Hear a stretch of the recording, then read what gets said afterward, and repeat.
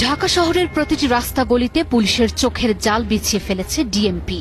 50টি থানার পুলিশ সদস্যরা সতর্ক অবস্থানে, কয়েকশো পুলিশ সদস্য টহল দিয়ে ঘুরছে। ডিএমপির সব থানা পুলিশ সহ 7,000 পুলিশ সদস্য রাস্তায় মহড়া দিয়েছে। আর এসব কিছুই 13ই নভেম্বরকে ঘিরে। সেই দিনকে ঘিরে শহরের বাতাসে ছড়াচ্ছে উত্তেজনা। শুধু রাজধানী নয়, সোশ্যাল মিডিয়া থেকে রাজনৈতিক মহল সবখানি এই উত্তেজনার ছাপ। কি হতে যাচ্ছে 13ই নভেম্বর, যার জন্য ব্যাপক প্রস্তুতি সহ সতর্ক অবস্থানে পুলিশ? 13ই নভেম্বরকে ঘিরে রাজধানী ঢাকা সহ সারা দেশে উত্তেজনার আবহ সৃষ্টি হয়েছে। সাম্প্রতিক সময়ে সামাজিক যোগাযোগ মাধ্যমে ঢাকা লকডাউন কর্মসূচি ঘোষণা করেছে কার্যক্রম নিষিদ্ধ আওয়ামী লীগ। লাখ লাখ মানুষের গণসমাবেশ ঘটিয়ে বিশৃঙ্খলা সৃষ্টি, যানবাহনে অগ্নিসংযোগ ও অপতৎপরতার গুঞ্জন ছড়িয়ে পড়েছে। তবে আইন শৃঙ্খলা বাহিনীর কাছে কোনো নিশ্চিত তথ্য নেই। তারপরও সর্বাত্মক প্রস্তুতি নেওয়া হয়েছে। ডিএমপির অভিযানে টিম বাড়ানো হয়েছে। প্রতিদিন গ্রেপ্তার হচ্ছেন আওয়ামী লীগের নেতাকর্মীরা।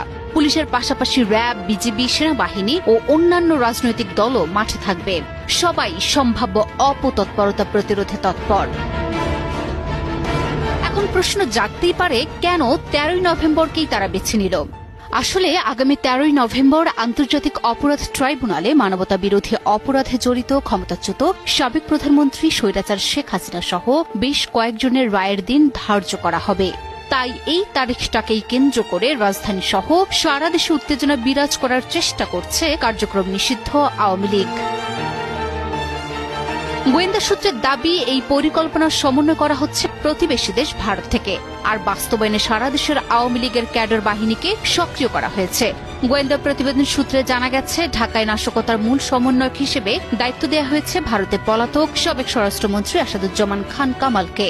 ঢাকায় অস্থিরতা সৃষ্টির মিশন বাস্তবায়নে সমন্বয় করছেন পলাতক সাবেক ছাত্রলীগ সভাপতি লিয়াকত শিকদার, গাজীপুরের সাবেক মেয়র জাহাঙ্গীর আলম এবং যুবলীগ নেতা ইসমাইল চৌধুরী সম্রাট ওরফে ক্যাসিনো সম্রাট।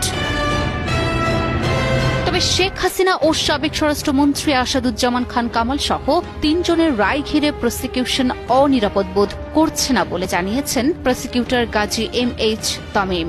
যে আপনারা জানেন যে সাবেক প্রধানমন্ত্রী শেখ হাসিনার মামলার রায়ের তারিখ নির্ধারণ হবে এ মাসের 13 তারিখে। তার জন্য প্রসিকিউশনের প্রস্তুতি কিছু নেই। প্রসিকিউশন কোনো অনিরাপত্তা বোধও করছে না। হিরন আরও মিনারেল ওয়াটার মাত্র 50 পয়সায় প্রতি লিটার। এদিকে এই ঘটনাকে কেন্দ্র করে বিএনপির স্থায়ী কমিটির সদস্য সালাহউদ্দিন আহমেদ বলেছেন, মানুষ বলে না যে পাগলের সুখ মনে মনে। আওয়ামী লীগ যদি মনে করে যে 13ই নভেম্বর বাংলাদেশের মানুষ